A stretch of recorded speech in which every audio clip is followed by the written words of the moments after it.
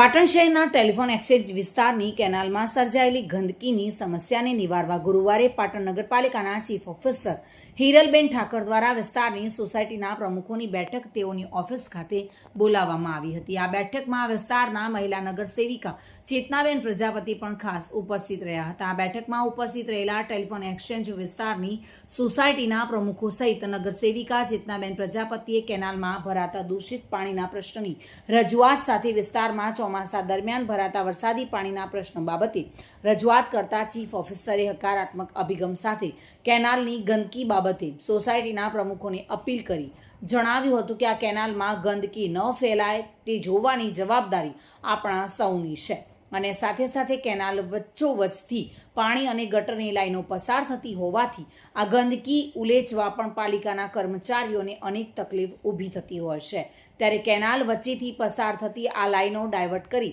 ચોમાસા પૂર્વે જ કેનાલની સફાઈ કરી સ્વચ્છ બનાવવાની હૈયાધારણા આપી હતી। જે પાટણ મધ્યથી પસાર થતી કેનાલમાં જ્યાં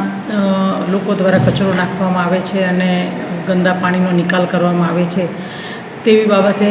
આસપાસની સોસાયટીઓના પ્રમુખો અને તેના ચેરમેનોને પાટણ નગરપાલિકા ખાતે બોલાવી અને કચરો ન નાખવા બાબતે સમજૂત કરવામાં આવ્યા। તે ઉપરાંત તેઓના જે કોઈ સૂચનો હતા પાણીના નિકાલ બાબતના તેના ઉપર આગળ જે કંઈ રજૂઆત કરવાની થશે તે બાબતે તેઓને ખાતરી આપવામાં આવી અને આ જે ગટરના પાણી છે તે બંધ કરી દે અને આ કેનાલને સ્વચ્છ રાખવા માટે તેઓ પણ સહયોગ કરે અને પોતાની સોસાયટીના રહીશોને સમજાવે તે બાબતની આજે ચર્ચા વિચારણા બધા નાગરિકો સાથે મળીને કરવામાં આવી। હેતલ પંચાલ સાથે બ્યુરો રિપોર્ટ,